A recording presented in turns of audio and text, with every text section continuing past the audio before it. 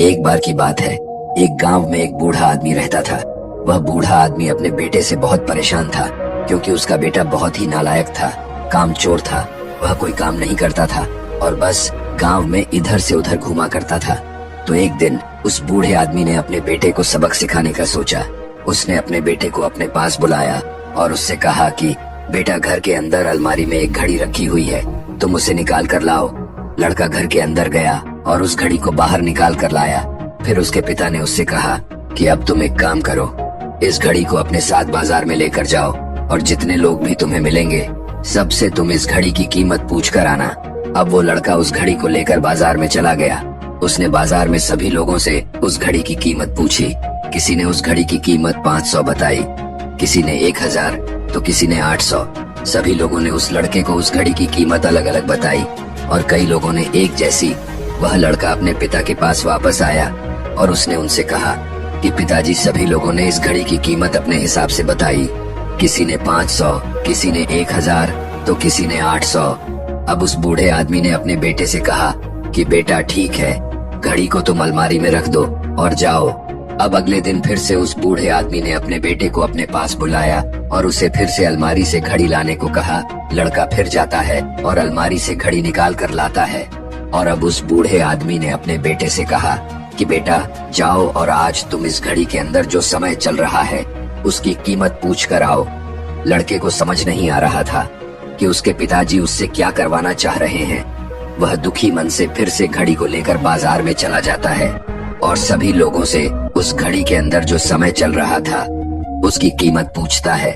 लोगों को लगता है कि इस लड़के की मानसिक स्थिति ठीक नहीं है। कल यह घड़ी की कीमत पूछने आया था और आज समय की। बहुत से लोगों ने उसे भगा दिया और कुछ लोग उस पर हंसने लगे। अब लड़का परेशान हो जाता है और सोचता है कि यह मेरे साथ क्या हो रहा है। तभी वह आखिरी बार एक बूढ़े आदमी की दुकान पर जाता है। वह बूढ़ा आदमी बहुत व्यस्त था। वह लड़के का सवाल सुनते ही समझ गया कि लड़का उससे क्या पूछना चाह रहा है। उस बूढ़े आदमी ने अपना कुछ समय निकालकर लड़के से कहा, बेटा, यह जो समय है ना, जिसकी तुम कीमत पूछ रहे हो, इसकी कोई कीमत नहीं लगा सकता है। तुम करोड़ों रुपए देकर भी अपने जिंदगी का 1 सेकंड वापस नहीं ला सकते हो। इसीलिए इस टाइम का सही उपयोग करो। टाइम की एक अच्छी बात है और एक बुरी बात है। बुरी बात यह है कि टाइम गुजर जाता है और अच्छी बात यह है कि तुम उसे किन चीजों में गुजारते हो ये तुम्हारे हाथ में होता है। सभी के पास दिन में 24 घंटे होते हैं, अमीर के पास भी और गरीब के पास भी। बस ये तुम्हारे हाथ में है कि तुम उस टाइम से क्या नया कर सकते हो। तो अपने एक एक पल का हिसाब रखो कि तुम उन्हें किन चीजों में उड़ा रहे हो। उस बूढ़े आदमी की बात सुनकर उस लड़के की आंखें खुल सी गईं, मानो उसमें एक बड़ा बदलाव सा आ गया हो।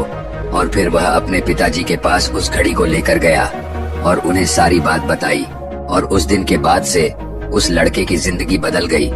दोस्तों कहते हैं कि टाइम सबके लिए फ्री है, लेकिन वह प्राइसलेस है, वह कीमती है।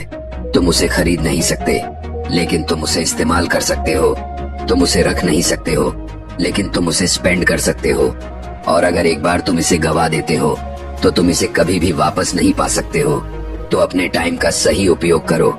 और अगर आप इस कहानी को और भी लोगों तक पहुंचाना चाहते हो तो इस वीडियो को लाइक करें, ताकि YouTube इस वीडियो को और भी लोगों तक पहुंचाए।